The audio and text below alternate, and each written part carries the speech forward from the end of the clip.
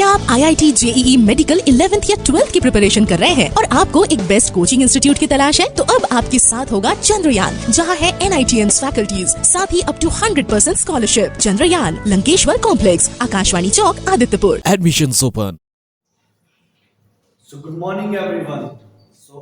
My name is Sachin Bhardwaj. I am from Chandrayaan और आज हमारा टॉपिक है रियल नंबर्स। टॉपिक है रियल नंबर्स। ये मैथ्स का 10th का फर्स्ट यूनिट है जो बुक्स में at least 7 marks in boards and competitive में भी इसका कुछ ना कुछ इंपॉर्टेंट क्वेश्चंस आते हैं। तो हमने आज पढ़ना है रियल नंबर्स। रियल नंबर्स का पूरा रियल नंबर्स में आज हम पढ़ेंगे इसकी इंट्रोडक्शन में क्या क्या है रियल नंबर्स। देन हम इसके बारे में थोड़े इसके सबसेट्स पढ़ेंगे like rational numbers, irrational number, then whole number, irrational number भी पढ़ेंगे इसके साथ। और उसके बाद थोड़ा सा इंटीजर्स के बारे में भी देखेंगे। इंटीजर्स के बाद हम natural number, then whole number, natural numbers, then whole number. और इसमें दो इंपॉर्टेंट थ्योरम्स है, थ्योरम्स जो बहुत इंपॉर्टेंट है इस यूनिट में। थ्योरम नंबर 1 है हमारे पास इक्विलिब्रियम लेमा, और सेकंड है हमारे पास prime factorisation, fundamental theorem of arithmetics, fundamental theorem of arithmetics.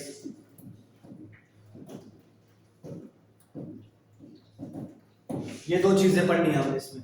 तो ये थोड़ा सा बेसिक सा है इसमें कि हमने स्टार्ट कहां से करना है, और ये हमारा इसमें बिल्कुल इंपॉर्टेंट पार्ट जो हमें आज सीख के जाना है यहां से। तो starting with the real numbers. Real numbers होते क्या है? रियल नंबर्स हमारे पास होते हैं जैसे जो भी हमारे पास पॉजिटिव नंबर्स है, नेगेटिव नंबर्स है, रेशनल नंबर्स है, इरेशनल नंबर्स है, ये सारे क्या होते हैं हमारे पास रियल नंबर्स होते हैं। फॉर एग्जांपल अगर सपोज करो हमें पूरा रियल नंबर को दिखाना हो तो हम कैसे दिखा सकते हैं? लाइक दिस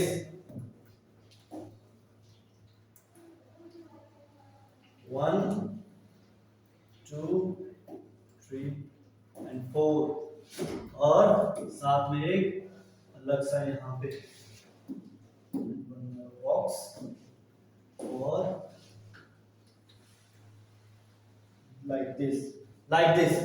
अब देखो ये है हमारा पूरा ये बॉक्स के अंदर जो है हमारा, ये है हमारा first rational number. Rational number में सारी टर्म्स एक्सप्लेन करूंगा आपको, सारी की सारी rational number. Then we have integers, then we have whole numbers, then we have natural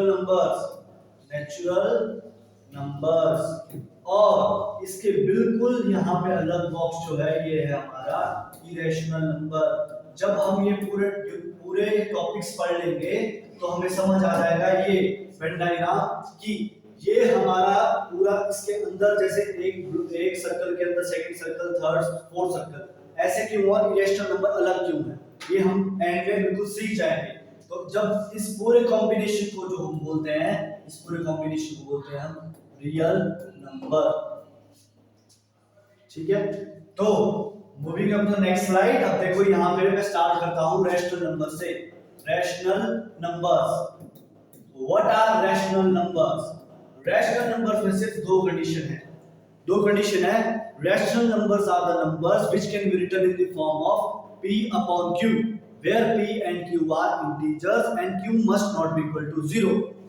बोलने का मतलब क्या है? कंडीशन नंबर 1 है, सिंपल अगर देखा जाए कि ये कौन से p अपॉन q फॉर्म में होंगे, और दोनों क्या होंगे? इंटीजर अपॉन दोनों इंटीजर्स होंगे हमारे पास, p and q are integers. और उसके बाद सेकंड कंडीशन है हमारे पास q must not be equal to 0। ये है हमारा। तो इतना सा रेशनल नंबर की डेफिनेशन बस इतनी सी है। अगर हमें एग्जांपल देखना हो, example 4/7, 4 is an integer, 7 is also an integer, like 8/7, 3/4, like this। ये हमारा रेशनल नंबर। ठीक है, एंड में अभी मैं आपको एक नोट करके बोल रहा हूं कि आपको इस पूरे लेक्चर के बाद मुझे बताना है कि क्या जीरो एक रैशनल नंबर है, zero is a rational number और नॉट, नंबर और नॉट। ये क्वेश्चन मार्क, ये आप जैसे लेक्चर रिकॉर्ड हो जाएगा उसके बाद आप बिल्कुल मुझे बता पाओगे। अब देखो ये हो गया हमारा rational number.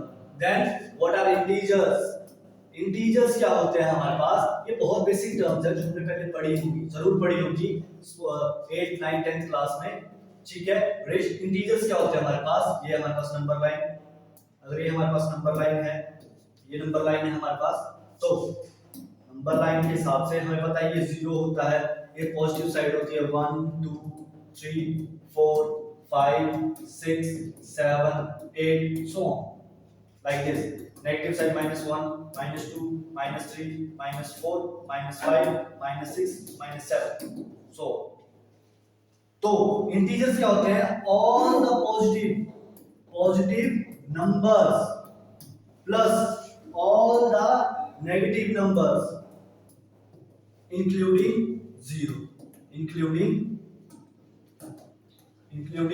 Zero are integers. इतना सा बेसिक है कि इंटीजर्स क्या होते हैं? पॉजिटिव नंबर, नेगेटिव नंबर और जीरो, ये हमारे क्या होते हैं? इंटीजर्स, ठीक है। उसके बाद natural number and whole numbers, बहुत इजी है। Next first whole number. Whole number क्या होते हैं हमारे पास? होल नंबर जो हमारे पास होते हैं, होल नंबर होते हैं हमारे पास 0 1 2 3 4 5 6 7 8 9 so on, means all the counting numbers plus zero, ये क्या है हमारे पास? Whole number. ये क्या है हमारे पास? Whole number. वहीं अगर हमें नेचुरल नंबर देखने हो कि what are natural number, natural number simply क्या होता है हमारे पास? All the counting numbers, all the counting numbers are natural number, like 1 2 3 4 5 6 7 8 and 9 so on। ये क्या हमारे पास? नेचुरल नंबर है। तो इतना सा फर्क है। तो हमें चारों चीजों के बारे में पता चल गया। रेशनल नंबर्स क्या होते हैं, स्टार्टिंग में हमें पता चला कि रेशनल नंबर क्या होते हैं? which can be written in the form of p upon q where p and q both are integers and q must not be equal to 0। q not equal to 0 का मतलब क्या है? कि जैसे 3 upon 0 form नहीं होनी चाहिए, ठीक है। नेक्स्ट, ये मैंने आपको क्वेश्चन दिया है, यहाँ पे आपसे क्वेश्चन आंसर मुझे एंड में चाहिए होगा। नेक्स्ट इंटीजर्स पढ़ा हमने। इंटीजर्स क्या होते हैं? All the numbers on number line, positive numbers, negative numbers and zero. Next whole number होता है all the counting numbers plus zero. Next natural number क्या होता है हमारे पास? All the counting numbers are natural numbers. Next हमारे पास क्या है? नेक्स्ट हम क्या करेंगे? थ्योरम स्टार्ट करेंगे। इरेशनल नंबर पे मैं एंड में आऊंगा क्योंकि इरेशनल नंबर थोड़ा अलग है, ठीक है। अच्छा, थ्योरम से पहले हम तीन चीजें और देख लेते हैं। टर्मिनेटिंग डेसिमल्स क्या होते हैं? टर्मिनेटिंग डेसिमल्स क्या होते हैं? ये टर्म बहुत इंपॉर्टेंट है। Terminating decimals, what does terminating means? Terminating means कि जिसका एंड हो। व्हाट मीन टू से कि जैसे अगर कोई चीज चल रही है तो उसका स्टार्टिंग पॉइंट भी हो और एंडिंग पॉइंट पे वो खत्म भी हो जाए, टर्मिनेट हो जाए। क्या हो जाए? Terminate. This is terminating decimal. For example है हमारे पास जैसे 2.3 टर्मिनेट हो गया। और अगर एग्जांपल लिया जाए लाइक 6/4, इसको अगर सॉल्व करेंगे तो हमारे पास क्या आएगा? 1.5। इसको सॉल्व करके आएगा 1.5। तो क्या हुआ? टर्मिनेट हो गया। इस वाले पॉइंट पे क्या हो गया? ये टर्मिनेट हो गया और ये क्या है? अपने से डेसिमल है, that's why it is called as terminating decimal. Easy है। नेक्स्ट है हमारे पास non terminating decimal. Non terminating decimal क्या होता है? नॉन टर्मिनेटिंग डेसिमल होता है जिसका एंड नहीं है, ठीक है। जो एक बार डेसिमल स्टार्ट हो गया, लेकिन स्टार्ट तो हो रहा है लेकिन एंड नहीं, this is non terminating decimal.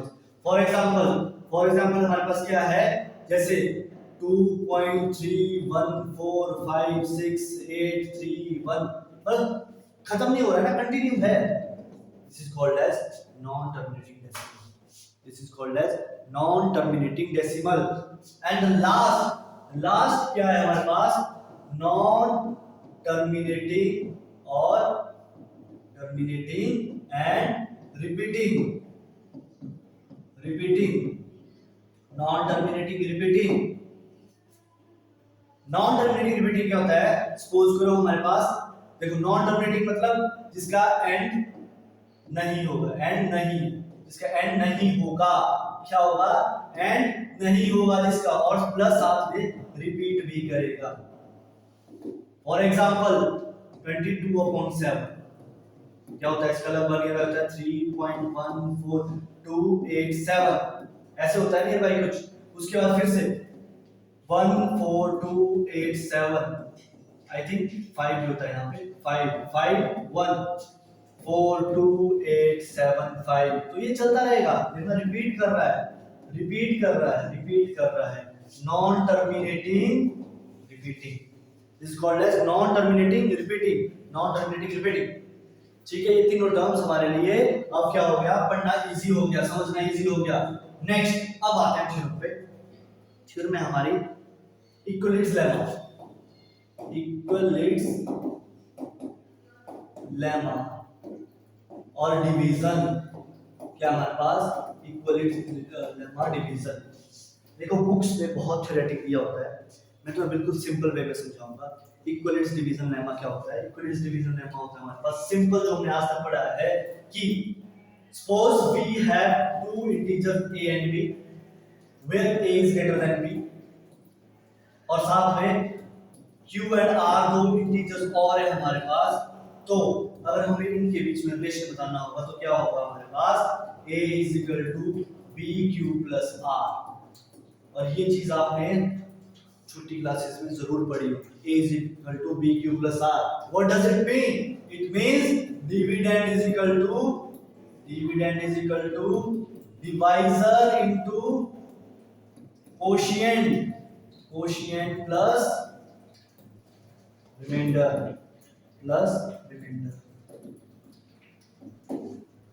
यही है ये थ्योरम, इक्विलिब्रियम लेमा डिवीजन, बस यही एक थ्योरम है, बस इतना सा है कि कोई भी जो हमने डिविडेंड और डिविडेंड को लिखना है उसको हम लिख सकते हैं terms of divisor into quotient plus remainder. For example अगर मुझे लिखना हो 25 डिवाइडेड बाय 3, देखो अगर हम 3 और 25 को डिवाइड करेंगे तो कैसे होगा, 3 8 जा 24 और रिमाइंडर क्या बचा 1। रिमाइंडर क्या बचा हमारे पास 1, रिमाइंडर 1 बचा ना।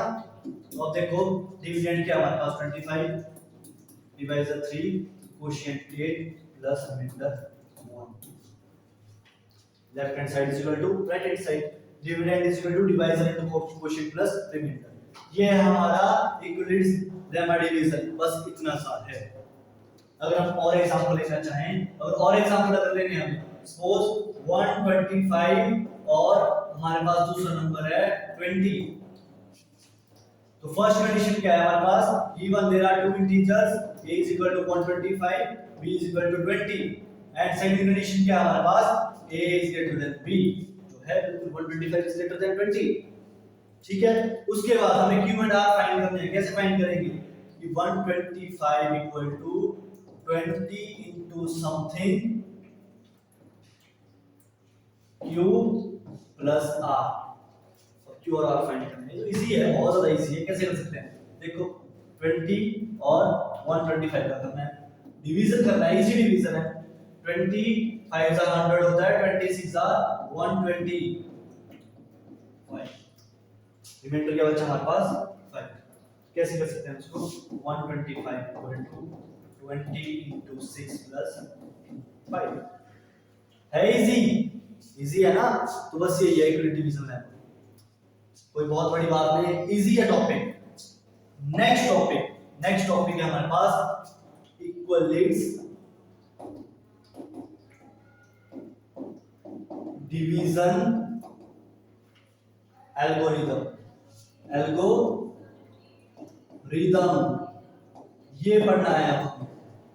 सेम है, सब कुछ सेम है इसमें भी, लेकिन इसमें ऐड ऑन क्या है देखो।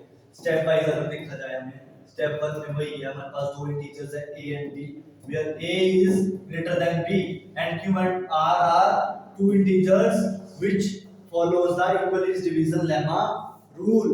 और इसमें हम क्या करते हैं, इसमें कंडीशन एक और ऐड हो जाती है कि if remainder is equal to remainder is equal to 0, then हम क्या करेंगे, स्टॉप हो जाएंगे। उसके बाद स्टेप नंबर 2, अगर suppose if second condition if r is not equal to 0, अगर r 0 नहीं हुआ तो फिर से हम क्या करेंगे, प्रोसीड करेंगे इक्वलिट्स डिवीजन लेमा कंटिन्यू करेंगे। कब तक करेंगे, जब तक r की वैल्यू हमारे पास क्या आ जाती है, 0। ये करना है हमें एंड, ठीक है। ये जो इक्वलिटी डिवीजन एल्गोरिथम है ये जस्ट किस लिए है, ये है to find the HCF between two numbers. ये हमें इस एल्गोरिथम से पता चलेगा कि how to find the HCF between two numbers. We can find it by using the equality division algorithm. ये पूरा एल्गोरिथम है इसका। Start with this, if we have two integers a and b and a have the condition that a is greater than b, then if r become equal to 0, then we will stop the process. But if r is not equal to 0, then we will proceed to the equality division lemma and continue until remainder not equal to become equal to 0, or continue until remainder become equals to 0। ये हमारे पास इतना सा है। ये चीज अगर theoretic है उसको हम थोड़ा सा मैथमेटिकली देखते हैं विद क्वेश्चंस, तो तब करके और इजी लगेगा। हमारा यहाँ पे क्या था टॉपिक, इक्वलिटी डिवीजन लेमा, और हमारे पास क्वेश्चन था, क्वेश्चन नंबर 1 क्या था हमारे पास कि find the HCF of 20 and 125। हमें इन दोनों के बीच का HCF चाहिए था। HCF से हमें फाइंड करना है इसका कैसे। हमारे पास दो कंडीशन क्या थी, हमारे पास इक्वलिटी डिवीजन लेमा और इक्वलिटी डिवीजन एल्गोरिथम। ये फॉलो जब हम करेंगे तो हमारे पास फर्स्ट कंडीशन थी कि A must be greater than B। First condition, तो A है हमारे पास यहाँ पे 125 और B क्या है हमारे पास यहाँ पे 20। A 125 है, B 20 है, तो सिंपली हमें किस फॉर्म में लिखना है इसको, A is equal to BQ plus R, इस फॉर्म में लिखना है, where A denotes dividend is equal to divisor into quotient plus remainder। ये हमें इस फॉर्मेट में हमें लिखना है इसको। और इसको कैसे लिख सकते हैं हम कैसे लिख सकते हैं 125 इक्वल टू, देखो सिंपली डिवाइड करो इसको, जैसे सिंपल डिवीजन होता है 125 और 20, 25 आर 100 और 26 आर क्या होता है 120, 26 आर क्या होता है 120, रिमाइंडर क्या बचा हमारे पास 5। तो हम कैसे लिख सकते हैं इसको 20 into 6 plus 5, 26 120 plus 5 125। अब देखना जरा, यहाँ पे रिमाइंडर जो है हमारे पास 0 नहीं है, तो हमें स्टेप नंबर 2 फॉलो करना पड़ेगा। स्टेप नंबर 2 क्या हमारे पास कि जो हमारा क्या था पहले डिवाइजर था, उसको हम डिविडेंड बना देंगे। तो कैसे लिखेंगे इसको हम 20 is equal to, कैसे लिखेंगे इस फॉर्मेट में 5 4 20 और आंसर क्या आएगा हमारे पास 0। कैसे लिख सकते हैं इसको 5 into 4 plus 0, divisor into quotient plus remainder. और इसके थ्रू हमारे पास जो HCF होता है, HCF ये होता है जो हमारा क्या होगा डिवाइजर, ये जो होगा ये क्या होगा हमारा HCF। divisor become equal to HCF, that is equal to HCF of 20 and 125 is 5. ये हमारा आंसर है। अब हमने डायरेक्ट 5 आंसर क्यों निकाली, क्योंकि हमारी ये जो प्रोसेस थी यहाँ पे टर्मिनेट हो गई थी। टर्मिनेट मतलब रिमाइंडर जो आ गया हमारे पास 0 आ गया, तो यहाँ पे स्टॉप कर देना था ये पूरा न्यूमेरिकल। तो इतना इजी था ये न्यूमेरिकल सॉल्व करना। एक न्यूमेरिकल और ट्राई करेंगे वैसे ही हम। जैसे सपोज हमारे पास क्वेश्चन हमें एचसीएफ निकालना है between 15, HCF between 15 and 200। Suppose ये हमारा क्वेश्चन है 15 और 200 में हमें एचसीएफ निकालना है। कैसे निकालेंगे हम, देखना सर, डायरेक्ट डिवीजन। फर्स्ट हमें इसको कैसे लिखना है, dividend is equal to divisor into quotient plus remainder. तो 200 equal to something multiply by 15 into plus something, ये हमें फाइंड करना है। ये वाले दोनों हमें प्लेसेस फाइंड करने हैं। ये दोनों प्लेसेस कैसे फाइंड होंगे, वहां से देखना जरा कैसे, 250। ठीक है, देखो हम इस वाले ये जो मैंने क्वेश्चन क्यों राइज किया, ये क्वेश्चन मैंने इसलिए राइज किया क्योंकि देखो अगर हम डायरेक्ट यहाँ पे मल्टीप्लिकेशन करते हैं 15 1 15 ऐसे करके, तो हमारे पास देखो दो तरीके से हो सकता है। 15 1 15, अब यहाँ रिमाइंडर बचा 5, तो क्या करेंगे बच्चे गलती, 15 को उठा के यहाँ पे स्टार्ट कर देंगे करने सॉल्व। यहाँ पे 5 के बाद 15 लिख के और ऐसे 15 करके सॉल्व स्टार्ट कर देंगे, लेकिन ये गलत है। ये वाला प्रोसेस गलत है। इसीलिए हमें क्या करना होगा, इसको थोड़ा सा जो एक्चुअल डिवीजन है, अगर ये वाला आपको स्टेप फॉलो करना है तो हमें पहले ये पूरा डिवीजन करना पड़ेगा जब तक पूरे ऊपर डिजिट्स सॉल्व ना हो जाए।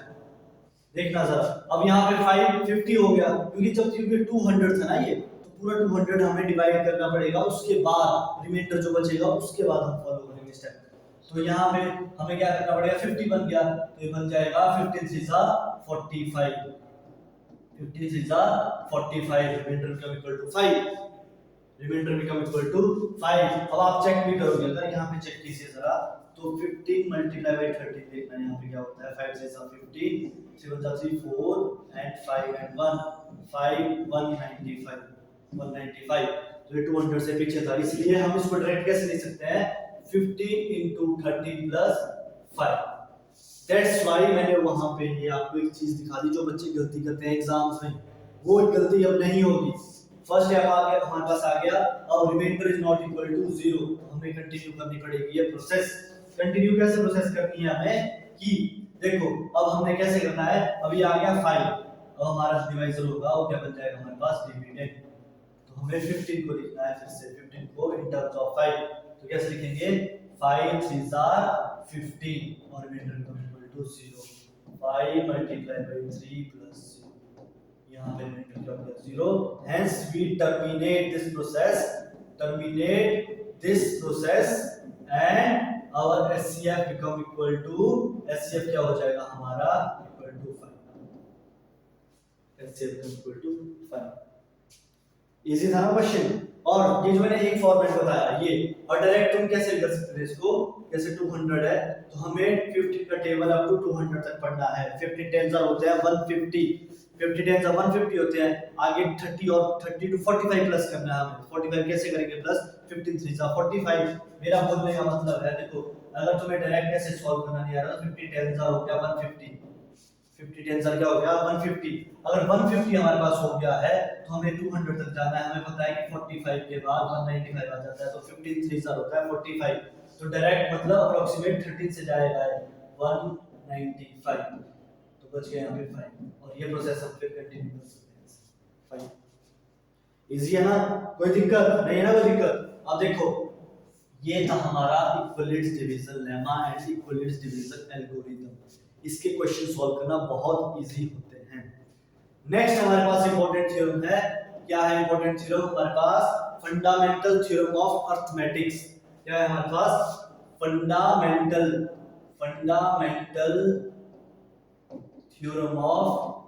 Theorem of arithmetics. Fundamental theorem of arithmetics, fundamental theorem of arithmetics है हमारे पास। ठीक है, ठीक है, ठीक है, ठीक है। हमारे पास क्या है थ्योरम, थ्योरम है हमारे पास fundamental, fundamental theorem of the fundamental theorem of fundamental theorem of arithmetics, fundamental theorem of arithmetics, ये है हमारे पास थ्योरम अरिथमेटिक्स, ये है हमारे पास थ्योरम। ये थ्योरम बहुत इजी थ्योरम है। इस थ्योरम में सिर्फ इतना सा बोला गया है कि every composite number can be written as a product of prime numbers, और जो प्राइम नंबर्स होते हैं, कौन से प्राइम नंबर्स, जिनका एक यूनिक मल्टीप्लिकेशन होगा। बोलने का मतलब सिंपल है, उससे पहले मैं चीज देख लेते बता देता हूं कि प्राइम नंबर क्या होते हैं, प्राइम नंबर क्या होते हैं एंड कंपोजिट नंबर क्या होते हैं। Prime number and composite number, prime number just क्या होता है, प्राइम नंबर होता है the number which is divisible by itself and one only. बोलने का मतलब है जैसे नंबर हमारे पास है 3, तो 3 को या तो हम 3 मल्टीप्लाई बाय 1 लिख सकते हैं, या तो 3 को हम 1 मल्टीप्लाई बाय 3 लिख सकते हैं इन द फॉर्म ऑफ इंटीजर्स। तो बस इसके सिवाय हम कुछ और तरीके से नहीं लिख सकते। हमारे पास कंडीशन क्या होनी चाहिए कि ये both of them are integer, जो भी हम मल्टीप्लिकेशन करेंगे इन टर्म्स ऑफ इंटीजर्स करेंगे। ठीक है, जैसे हमारे पास 5 है, 5 को 1 into 5 लिख सकते हैं और 5 into 1 लिख सकते हैं। ठीक है, देख वही अगर हमारे पास नंबर है 9, तो 9 को हम लिख सकते हैं 1 into 9 और 9 into 1 और साथ में 9 into 1 and last 3 into 3, 3 into 3। अगर ये देखो अब यहाँ पे कितने हो गए स्क्वायर, मोर देन 2। मैंने क्या बोला था, या तो 1 या तो नंबर इटसेल्फ, यहाँ पे 3 मल्टीप्लाई 3 एक्स्ट्रा एक पेयर आ गया, जिसकी वजह से क्या है composite number. The numbers which are not prime they are called as composite number, they are called as composite number. तो हमारे पास बस यही है, इस थ्योरम में बोला गया है कि every composite number, every composite number can be written as a product of prime numbers, product of prime numbers। इतनी सी थ्योरम है सिंपल, बुक्स में बहुत बड़ी स्टोरी लिखी होगी लेकिन इंपॉर्टेंट हमारा ये है। जैसे एग्जांपल लेते हैं, एग्जांपल मैं लेता हूं यहाँ पे, सपोज हमारे पास है क्या, हमें निकालना है, जनरली ये किस लिए होता है, हमारे पास एलसीएम निकालने के लिए होता है। एलसीएम कैसे, जैसे सपोज अगर मुझे एलसीएम निकालना है, एलसीएम बिटवीन 6 and 80, 6 and 80 का एलसीएम निकालना है, तो हम इसको कैसे लिख सकते हैं। देखो अगर 80 है ना हमारे पास 80, ठीक है, तो 80 को अगर हम 6 इसको इन द फॉर्म ऑफ 3 लिखते हैं, मैं बता रहा हूं कैसे।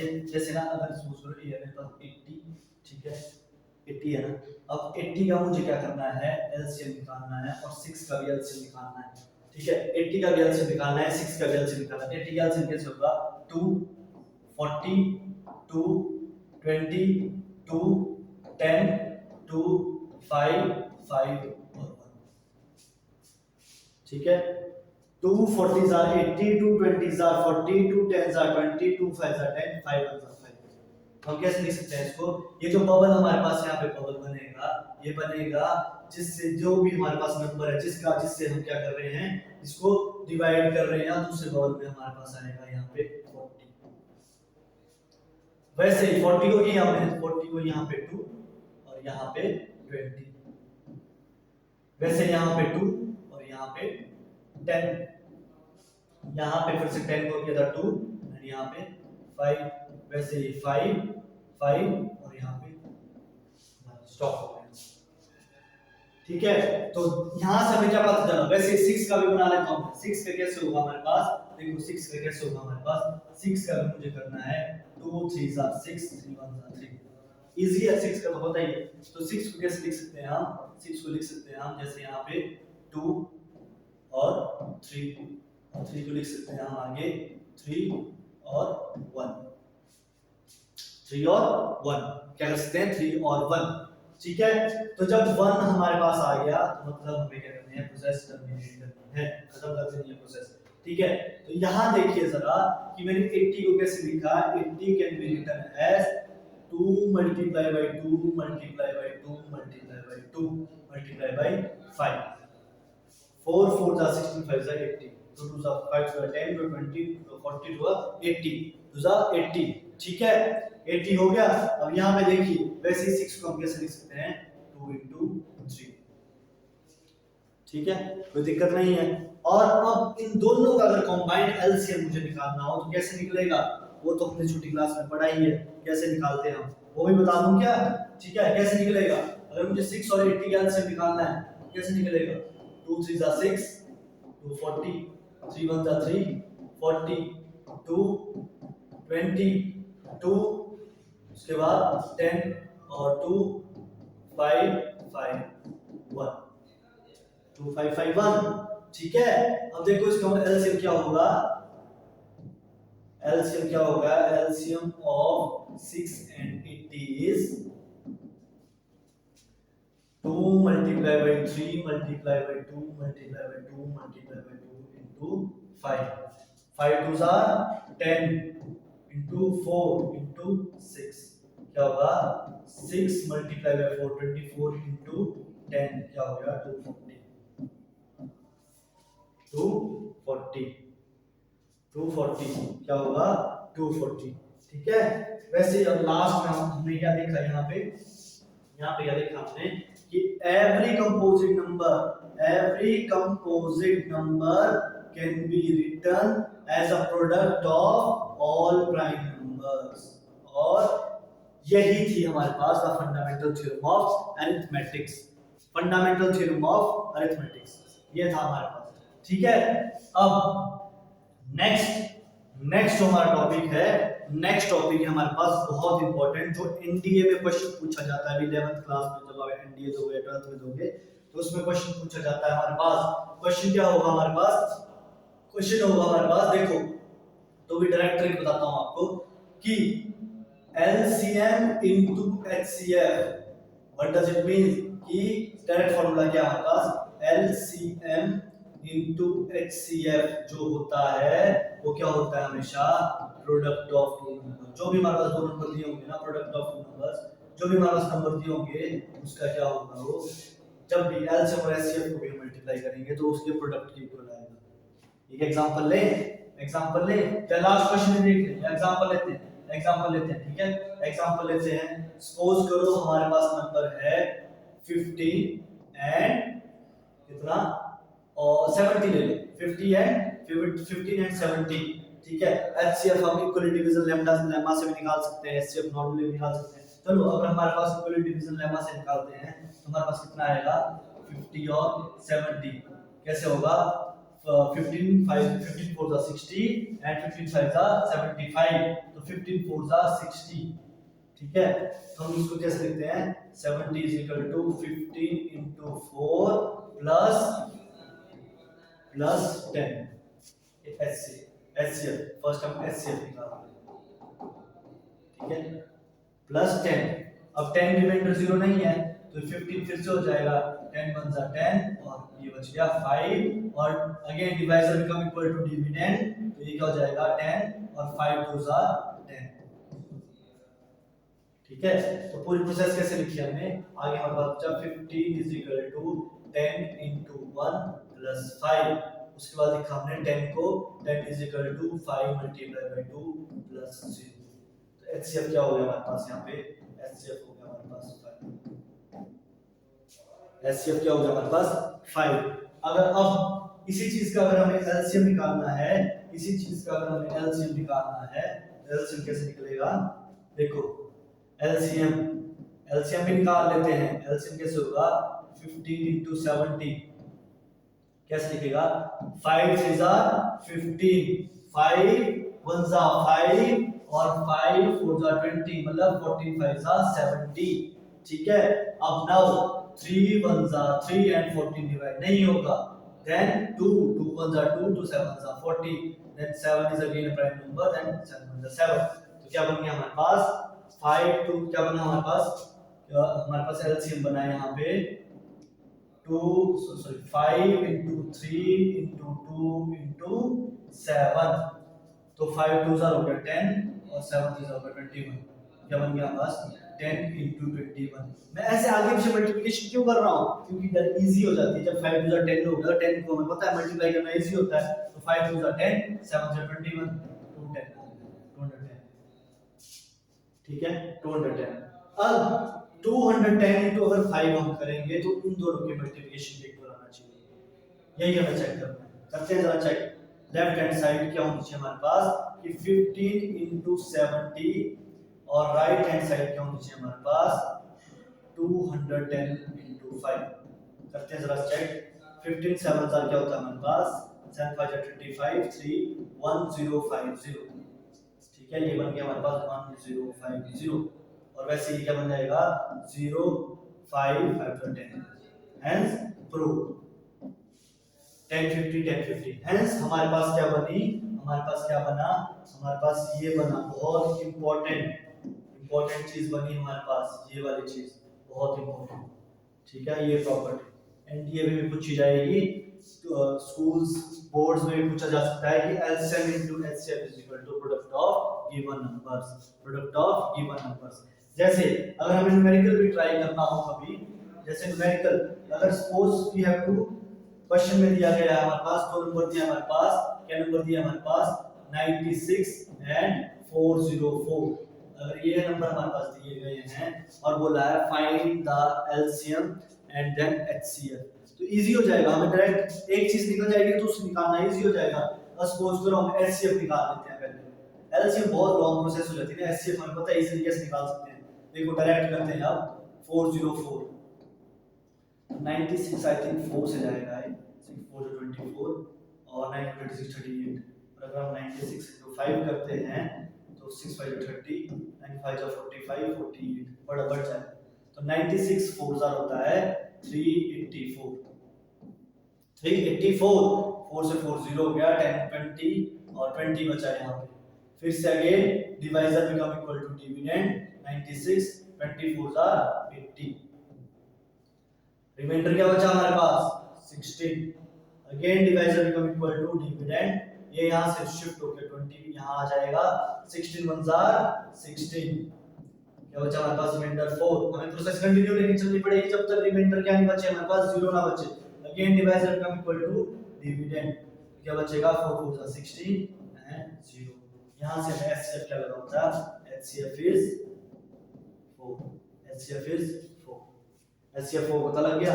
अब हम डायरेक्ट ये यूज कर सकते हैं कि 96 multiply by 404 is equal to HCF into LCM, HCF into LCM.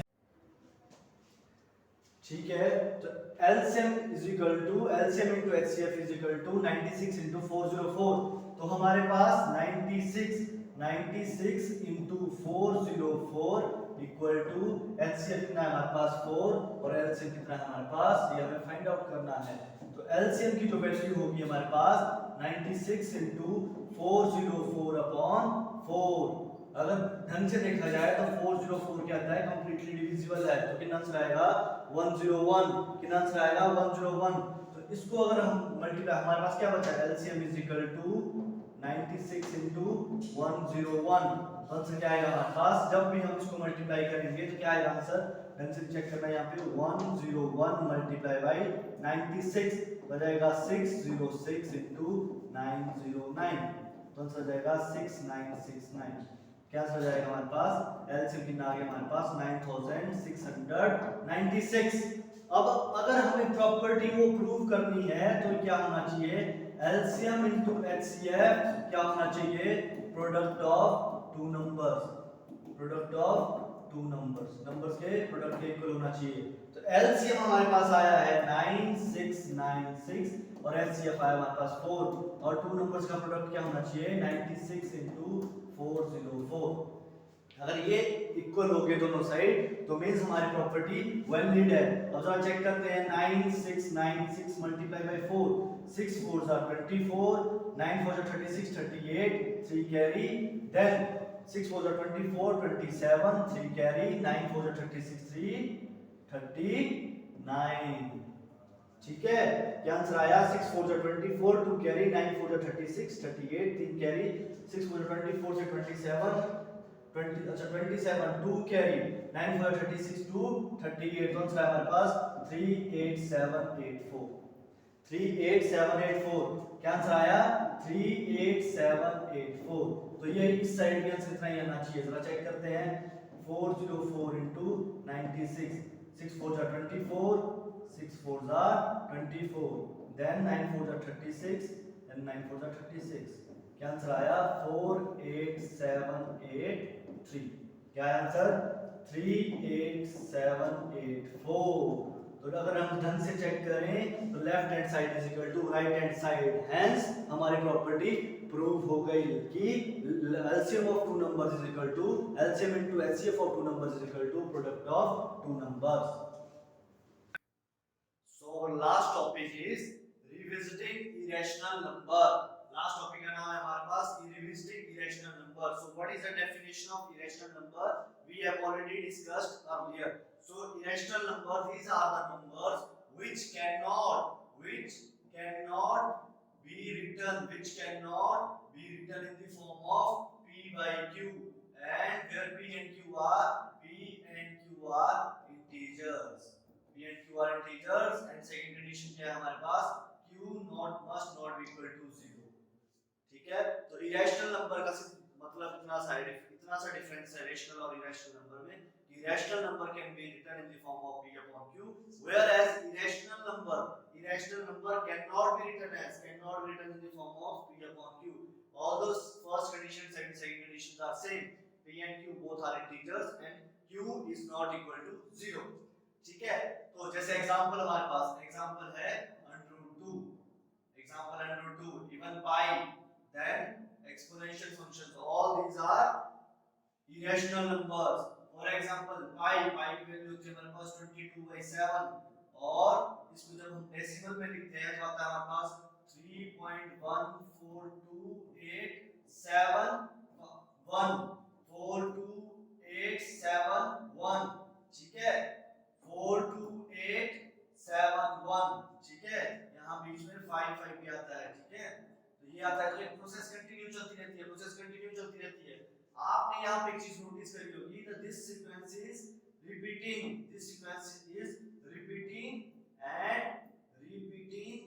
and non-terminating,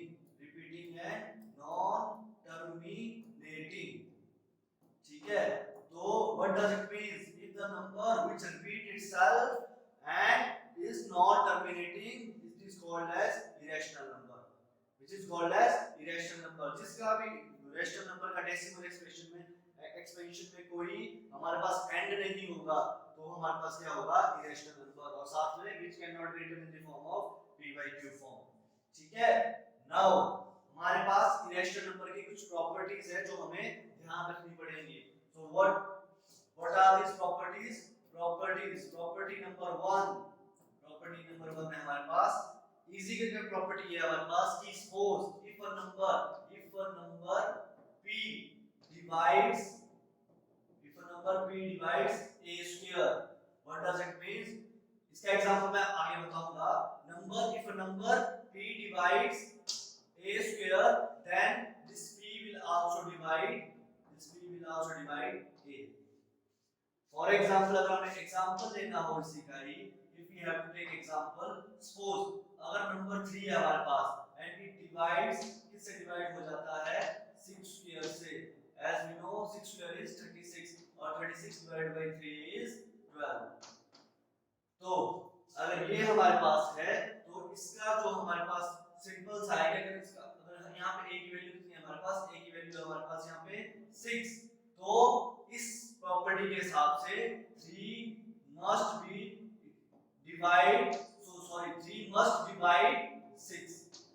divide 6, as we also can check this out कि अगर हम 6 को 3 से डिवाइड करें तो आंसर आता है 2।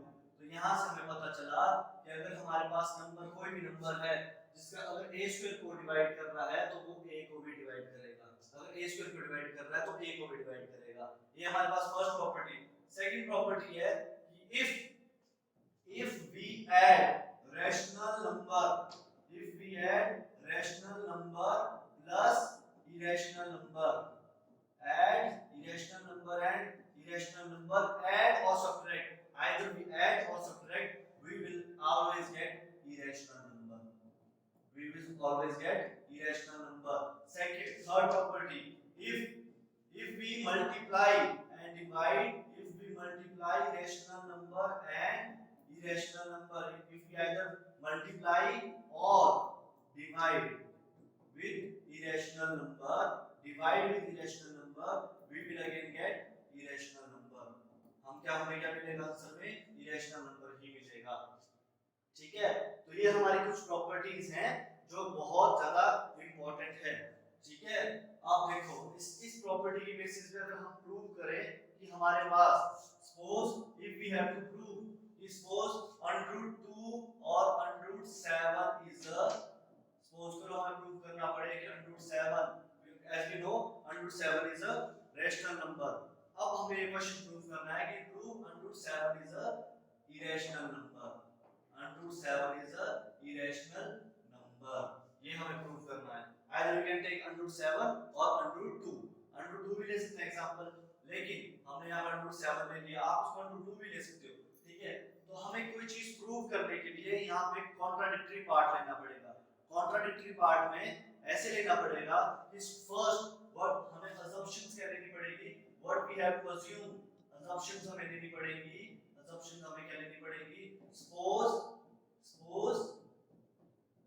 √7 is a rational number. 7 is a rational number. हमने assume कर लिया कि √7 हमारे पास rational number है. ठीक है, हमें ये चीज प्रूव करनी है कि √7 irrational है, तो इसको प्रूव करने के लिए हमने कॉन्ट्राडिक्टरी पार्ट ले लिया. फर्स्ट assumption ले ली, suppose we have a rational number. अगर ये rational number प्रूव नहीं हो पाया तो हमें एंड में रिजल्ट मिल जाएगा कि irrational ही है. तो लेट अस सी √7 रैशनल नंबर है या नहीं है. ठीक है, एज वी नो कि रैशनल नंबर जो होते हैं, जो रैशनल नंबर्स हमारे पास होते हैं, they can be written in the form of p by q. Integer upon integer form में हम इसको लिख सकते हैं और q must not be equal to 0. Yes, तो हम √7 को भी लिख लेते हैं. √7 upon 1 is equal to p by q.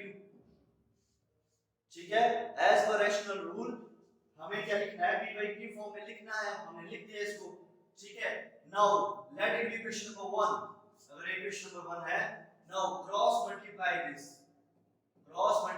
What will get, 7q is equal to p और p is equal to √7q. ठीक है, नाउ स्क्वेयरिंग बोथ साइड, हमें क्या करना है, स्क्वायर करना है बोथ साइड. इसका भी रीजन बता रहा हूं क्यों स्क्वायर करना है, देखना जरा. तो हमारे पास क्या आ जाएगा, p square is equal to √7 square into q square. As we know under root का स्क्वायर जब हम भी करते हैं हमेशा वो कैंसिल आउट हो जाता है. बिकॉज़ क्या होता है, जैसे कोई भी नंबर है हमारे पास अंडरूट करके, तो उसका मतलब होता है a raised to power 1/2. और अगर इसका हम स्क्वायर करेंगे तो 2 से 2 कैंसिल होगा, हमारे पास सिर्फ नंबर बचेगा. तो here same process will occur, p square is equal to 7q square. Equation number second, p square is equal to 7q square. इस इक्वेशन को हम ध्यान रखेंगे. Moving up to the next slide, what we have written, p square is equal to 7q square. ठीक है, हमने अभी property एक देखी है. प्रॉपर्टी क्या देखी है हमने, if a number p divides a square then p also divide a, and p is a prime number. As we know 7 is a prime number. Prime number है ना 7, because prime number क्यों है, क्योंकि इसके दो ही है, either it can be divisible with 1 or itself. ठीक है, तो अगर हम प्रॉपर्टी 1 के अकॉर्डिंग टू प्रॉपर्टी नंबर 1 के हिसाब से अगर देखा जाए तो हमारे पास अगर p स्क्वायर यहां से अगर हम देखा जाए तो हमें क्या पता चलता है कि p square by 7 equal to q square. यहां से पता चलता हमें कि जो हमें पता है 7 जो हो रहा है 7 डिवाइड्स p स्क्वायर. तो according to property number 1, if 7 divides p square then 7 will also divides p. 7 p को भी डिवाइड करेगा। ठीक है, तो लिख लेते हैं यहाँ पे it what does it mean 7 will also divide p। ये भी हमारे पास एक इसका रिजल्ट आया। ठीक है, तो हमें बस ये रिजल्ट फिलहाल के लिए ध्यान रखना है। ठीक है, इक्वेशन नंबर 4 ये रिजल्ट हमें ध्यान रखना है बिकॉज़ ये रिजल्ट हमें काम आएगा। ठीक है, now as we know we can write p square p in the form of 2m।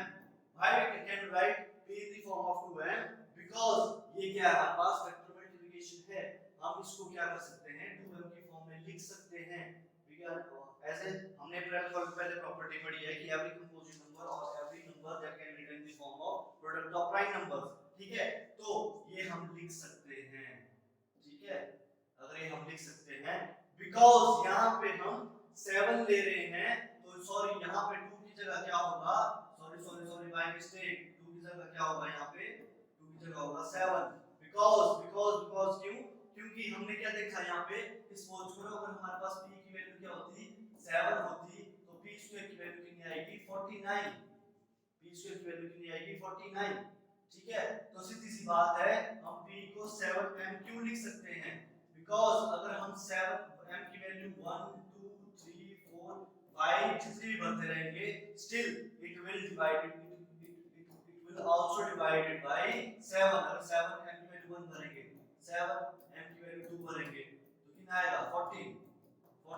तो ये सारे डिविजिबल बाय 7 है, ये सारे क्या डिविजिबल बाय 7 है, तो we can also write p is equal to 7m।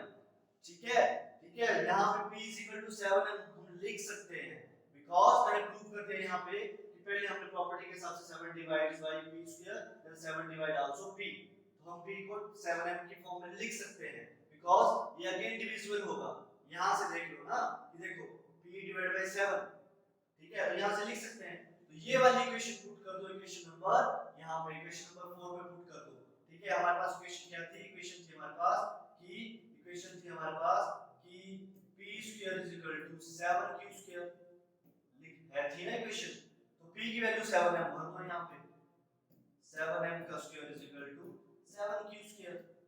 अगर हम इसको चेक करें तो 49m square is equal to 7q square. Equation number 5 इसको भी ध्यान रखो, यहां से क्या पता चला हमें 49m square is equal to 7q square.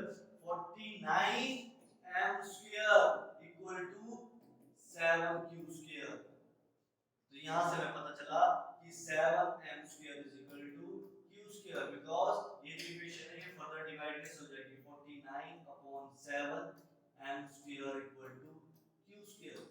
7 7s are 49, that's why it now q square is equal to 7m square.